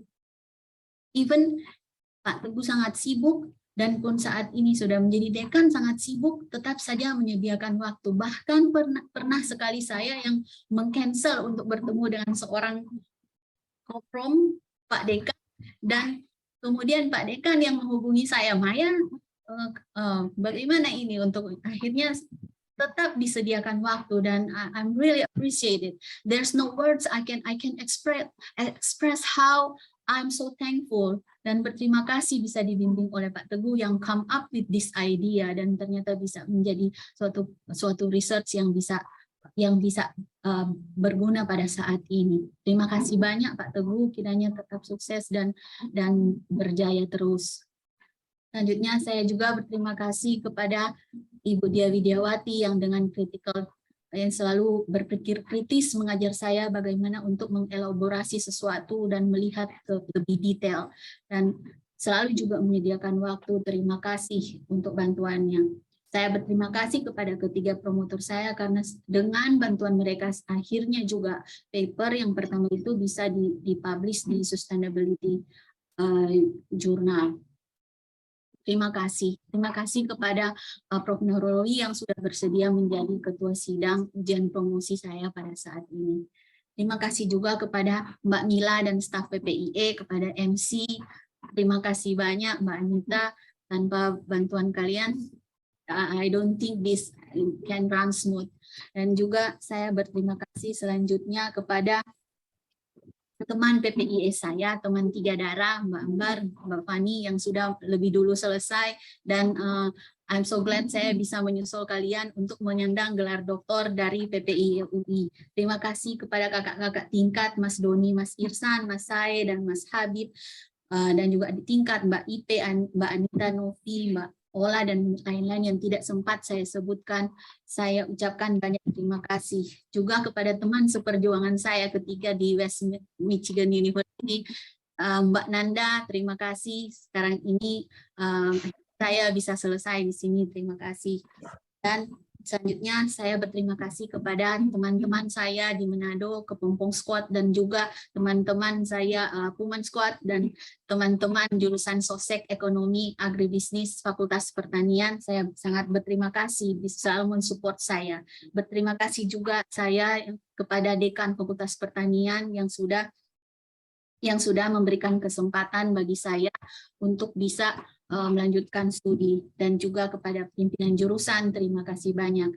Dan saya sangat berterima kasih kepada Bapak Jenderal Petrus Golose yang bisa di tengah kesibukannya sebagai Kepala Badan Narkotika Nasional bisa meluangkan waktu untuk menghadiri ujian promosi saya. Terima kasih, dan juga saya berterima kasih kepada Prof. Robert Mulenar yang juga bersedia hadir dalam ujian promosi saya. Saya ucapkan banyak terima kasih. Dan yang last but not least, of course, my loving husband, my family, my brother and sister. Saya mengucapkan banyak terima kasih kepada suami saya, David Rumambi, yang dengan setia menunggu saya hingga saya bisa selesai. Dan sometimes I got scolded because I'm lazy sometimes, but I'm so thankful karena dia bisa menunggu saya dan mensupport saya dari dengan segala keterbatasan kami yang ada, dan tetap saya bisa selesai. Terima kasih. Dan untuk teman-teman semuanya yang tidak sempat saya sebutkan, saya ucapkan banyak terima kasih. Dan yang terakhir, thanks be to Lord for everything. Thanks karena saya bisa sampai pada saat ini bisa menggelar doktor. Segala kepujian dan hormat hanya bagi Tuhan. Terima kasih. Hadirin yang saya hormati, Dr. Maya Montolalu ini adalah Doktor Ilmu Ekonomi Fakultas Ekonomi dan Bisnis Indonesia yang ke-130. Atas nama pimpinan Fakultas Ekonomi dan Bisnis Universitas Indonesia, saya menyampaikan sekali lagi selamat kepada Dr. Maya atas gelar yang sudah diperoleh. Kami juga mengucapkan selamat kepada keluarga besar Dr. Maya dan kepada para koleganya di Universitas Samratulangi. Dengan demikian, ujian promosi doktor telah berhasil dilaksanakan, dan dengan ini sidang terbuka promosi doktor Indonesia saya tutup. Wallahu muwaffiq ila aqwamit thoriq. Wassalamualaikum warahmatullahi wabarakatuh. Waalaikumsalam warahmatullahi wabarakatuh. Dan demikian, sidang promosi doktor di Universitas Indonesia telah selesai.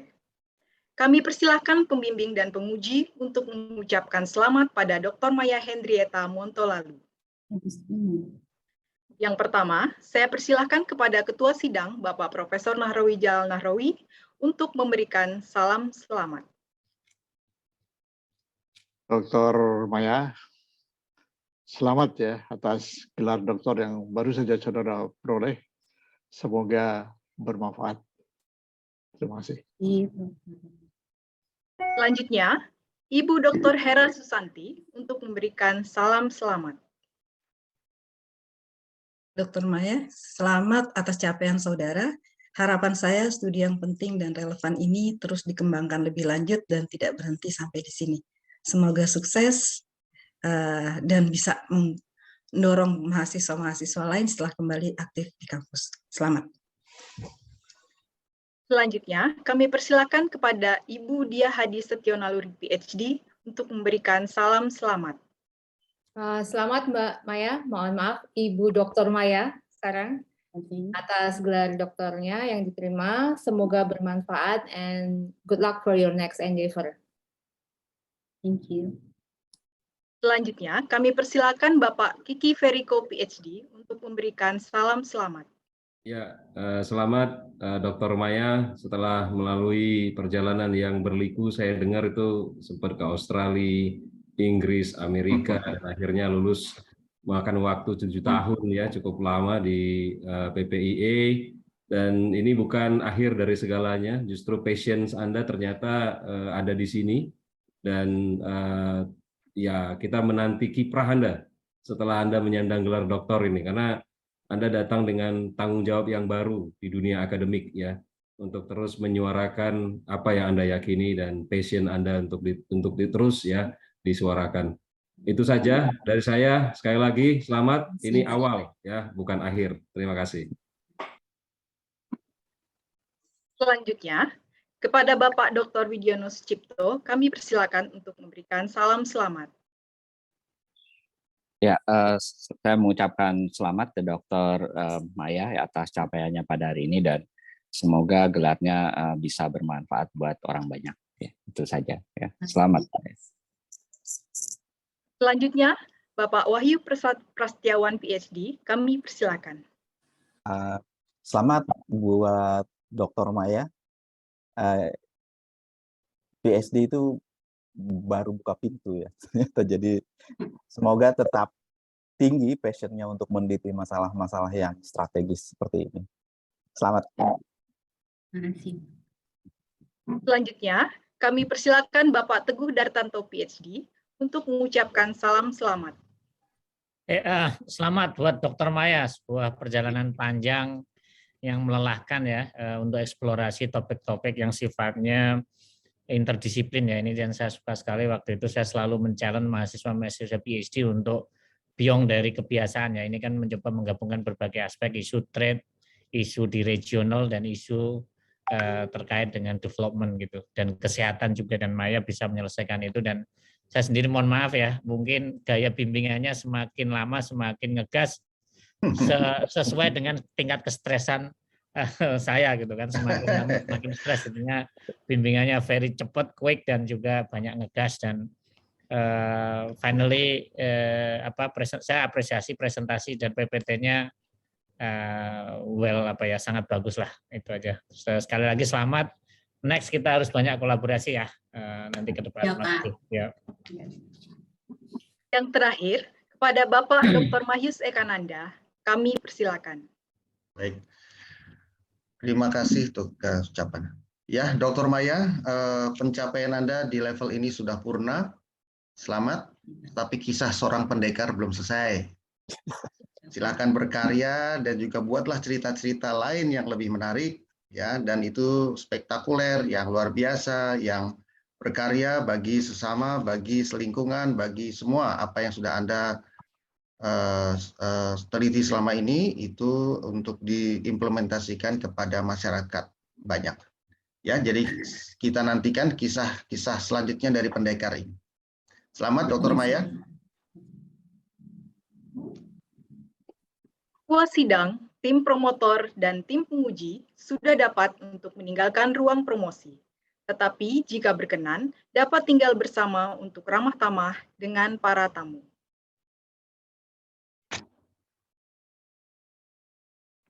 Selanjutnya, kami persilakan kepada para tamu undangan VIP untuk mengucapkan selamat kepada Dr. Maya Henrietta Montolalu.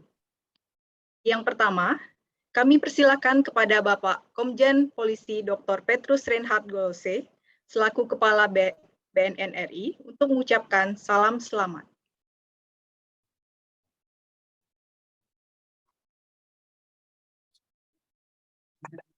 Apa itu?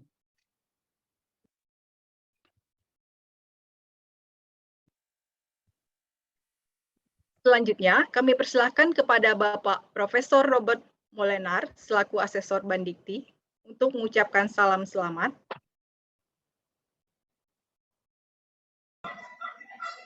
Terima kasih atas kesempatannya. Assalamualaikum warahmatullahi wabarakatuh. Salam sejahtera bagi kita semua.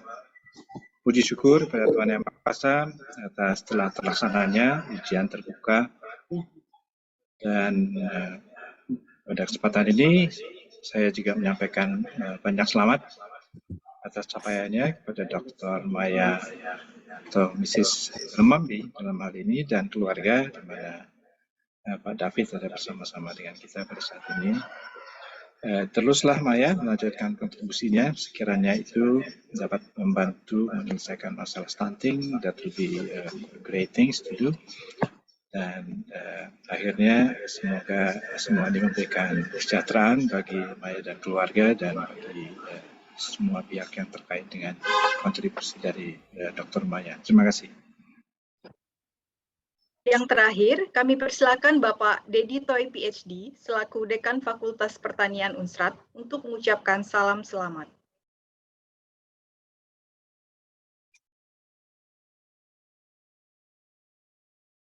Akhir kata, kami ucapkan selamat sore, selamat siang, dan terima kasih untuk Bapak Ibu yang sudah dapat meluangkan waktunya untuk dapat menghadiri secara online ujian promosi doktor Fakultas Ekonomi dan Bisnis Universitas Indonesia. Kami berikan waktu 15 menit bagi para tamu untuk memberikan ucapan selamat kepada doktor baru.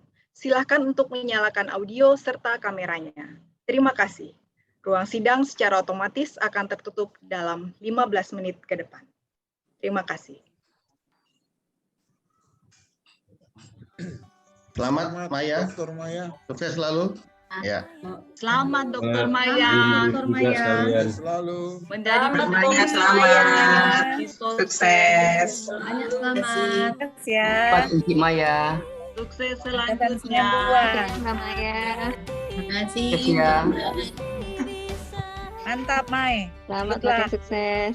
Sampai Sukses ketemu lagi di selanjutnya, Nyaru ya. Dr. Maya Montolalu. Mbak Maya selamat. Oi, Welcome to Doctoral Community in Unsrat ya, Maya. Om Maya, sukses selalu. Maya selamat.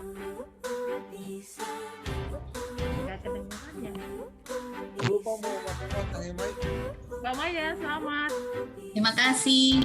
Mbak Maya selamat. Mbak Maya. Terima kasih. Share ya, ilmunya Maya. dong nanti bagi ilmunya. Selamat ya, Ji Dokter Maya selamat ya. Terima kasih, merci.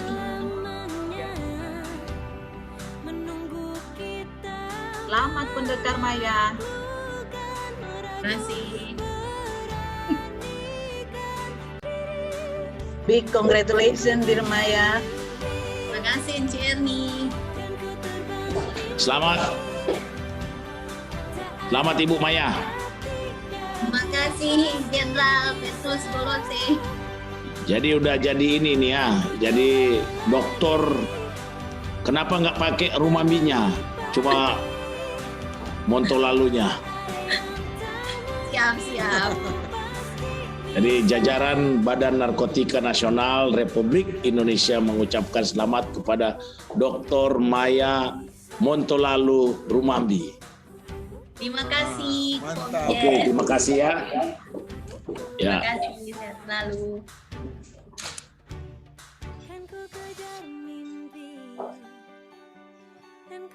Sukses Maya. Makasih. Makasih Kak Disangki. Yo, sukses.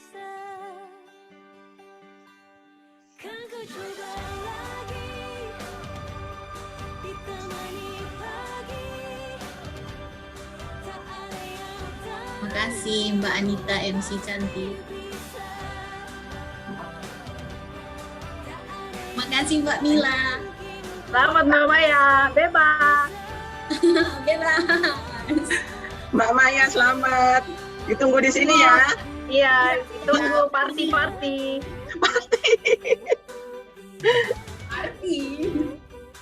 Banyak selamat Pongs Maya. Sukses selalu. Makasih Hilces. Terima kasih.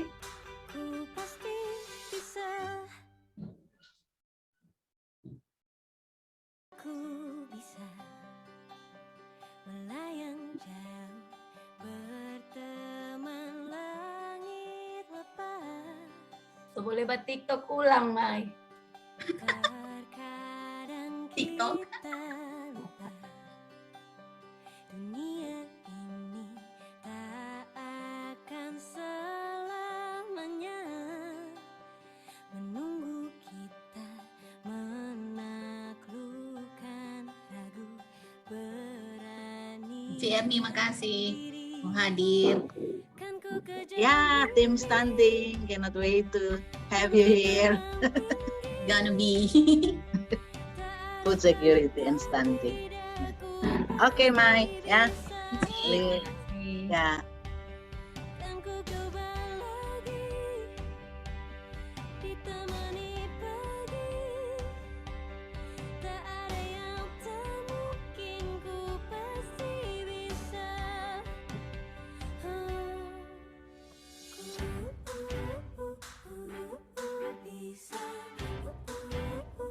Mbak Maya, selamat Mbak Maya.